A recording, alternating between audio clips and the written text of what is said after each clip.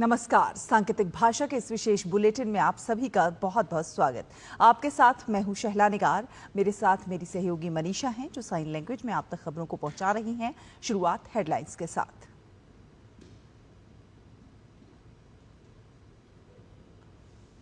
प्रधानमंत्री नरेंद्र मोदी आज कनाडा में हो रहे G7 समिट के आउटरीच सत्र में लेंगे भाग। कनाडाई समकक्ष मार्क कार्नी समेत अन्य वैश्विक नेताओं के साथ करेंगे द्विपक्षीय बैठकें।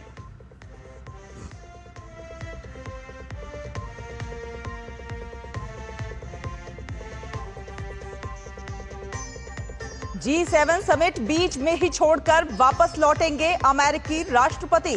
ट्रंप की ओर से लोगों को फौरन तेहरान खाली करने की सलाह।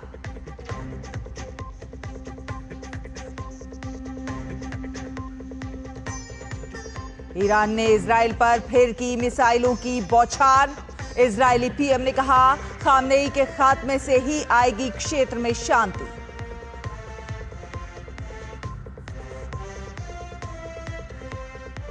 Financial action task force FATF ने पहलगाम आतंकी हमले की कड़ी निंदा की। कहा, बिना फंडिंग के मुमकिन नहीं ऐसे हमले।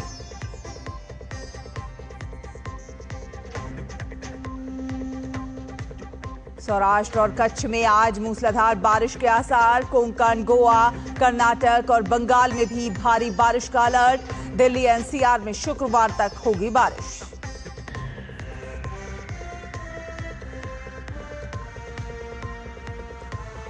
तो आपको बता दें कि कनाडा के प्रधानमंत्री मार्क कार्नी के निमंत्रण पर प्रधानमंत्री नरेंद्र मोदी कनाडा की यात्रा पर हैं। 2 दिन की यात्रा के दौरान प्रधानमंत्री मोदी कानानास्कस में हो रहे G7 शिखर सम्मेलन के आउटरीच सत्र में शामिल होंगे। इस दौरान कनाडाई समकक्ष मार्क कार्नी समेत अन्य वैश्विक नेताओं के साथ वो द्विपक्षीय बैठकें करेंगे। ये छठी बार है जब प्रधानमंत्री मोदी इस वैश्विक मंच पर भारत का प्रतिनिधित्व करेंगे। G7 में America, Japan, Germany, Britain, France, Italy और कनाडा शामिल हैं। भारत को इस सम्मेलन में विशेष अतिथि के रूप में आमंत्रित किया गया है, जो वैश्विक मंच पर देश के बढ़ते हुए कद को दर्शाता है। इस वर्ष का G7 शिखर सम्मेलन वैश्विक आर्थिक स्थिरता, जलवायु परिवर्तन, कृत्रिम बुद्धिमत्ता यानी AI और भू राजनीतिक तनाव जैसे प्रमुख मुद्दों पर केंद्रित है।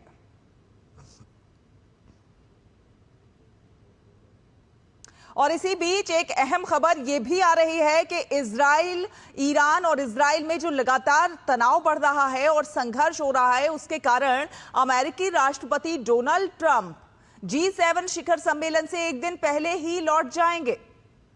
इससे पहले ट्रंप ने सभी से तेहरान से तुरंत निकल जाने की सलाह दी है। उन्होंने यह भी बात दोहराई है कि ईरान को अमेरिका के साथ परमाणु समझौते पर हस्ताक्षर कर लेने चाहिए थे। उन्होंने ट्रुथ सोशल पर एक पोस्ट में लिखा, ईरान के पास परमाणु हथियार नहीं हो सकते। मैंने बार बार कहा है, सभी को तेहरान से तुरंत निकल जाना चाहिए।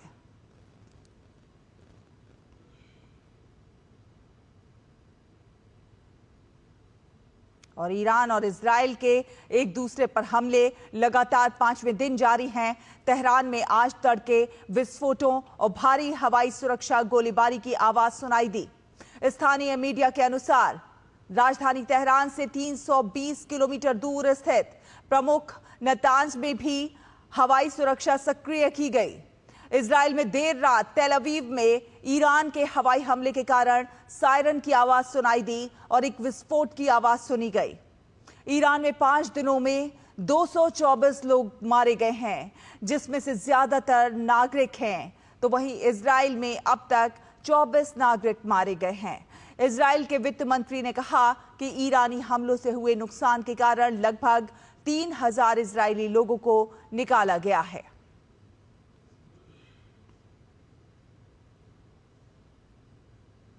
और इजराइल के प्रधानमंत्री बेंजामिन नेतन्याहू ने कहा है कि ईरान के सर्वोच्च नेता आयतुल्ला अली खामनेई को निशाना बनाना एक संभावित विकल्प हो सकता है और ये संघर्ष को बढ़ाने के बजाय खत्म कर देगा। ये टिप्पणी उन्होंने एक अमेरिकी न्यूज चैनल से इंटरव्यू में कही है।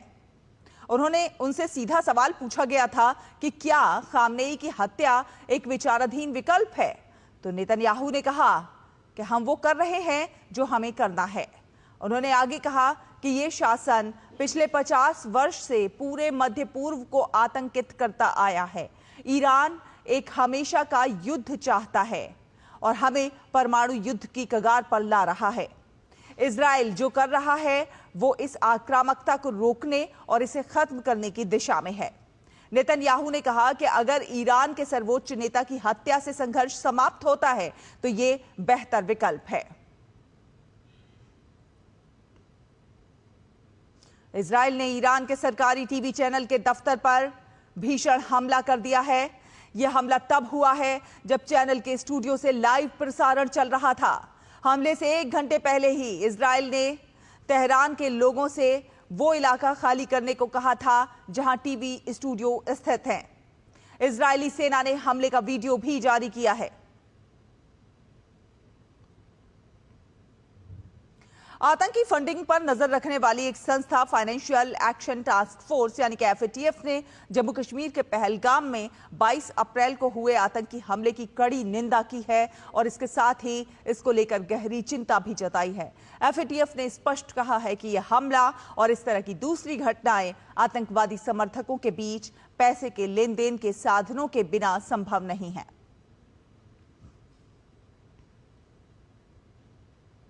और आपको बता दें कि अहमदाबाद विमान हादसे में मारे गए लोगों को लंदन में श्रद्धांजलि दी गई।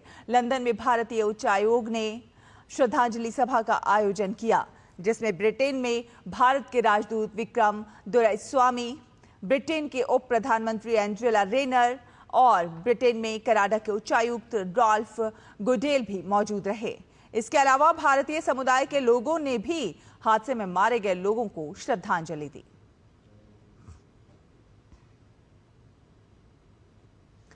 बात करें मौसम की तो उत्तरी अरब सागर, गुजरात, मध्य प्रदेश, विदर्भ, छत्तीसगढ़, ओडिशा और पश्चिम बंगाल के गंगा के मैदानी इलाकों में अगले 2 से 3 दिनों के दौरान मॉनसून आगे बढ़ेगा। इसके साथ मौसम विभाग ने झारखंड, बंगाल की उत्तर पश्चिमी खाड़ी, उप हिमालयी पश्चिम बंगाल, बिहार और पूर्वी उत्तर प्रदेश के कुछ भागों में दक्षिण पश्चिम मॉनसून के आगे बढ़ने के लिए परिस्थितियां अनुकूल बताई हैं। मौसम विज्ञान विभाग ने सौराष्ट्र और कच्छ के लिए बारिश का रेड अलर्ट जारी किया है। यहां कुछ स्थानों पर गरज चमक के साथ आज भारी बारिश की चेतावनी है। मध्य महाराष्ट्र, कोंकण, गोवा, कर्नाटक और पश्चिम बंगाल में बारिश का ऑरेंज अलर्ट है।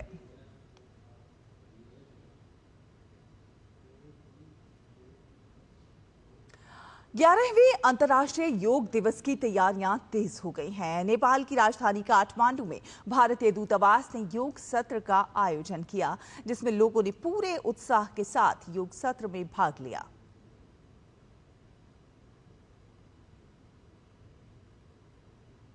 बात करें खेलों की तो आईसीसी ने महिला वनडे विश्व कप का शेड्यूल जारी कर दिया है। टूर्नामेंट का आयोजन 30 सितंबर से 2 नवंबर तक भारत और श्रीलंका में होगा। भारत अपने अभियान की शुरुआत 30 सितंबर को बेंगलुरु में श्रीलंका के खिलाफ करेगा। टूर्नामेंट में भारत और पाकिस्तान की भिड़ंत 5 अक्टूबर को कोलंबो के आर प्रेमदासा स्टेडियम में होगी। इसी के साथ सांकेतिक भाषा के इस विशेष बुलेटिन में फिलहाल इतना ही।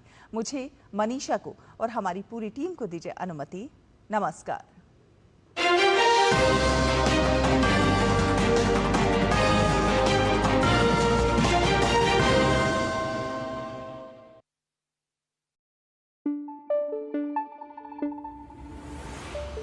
Thank you.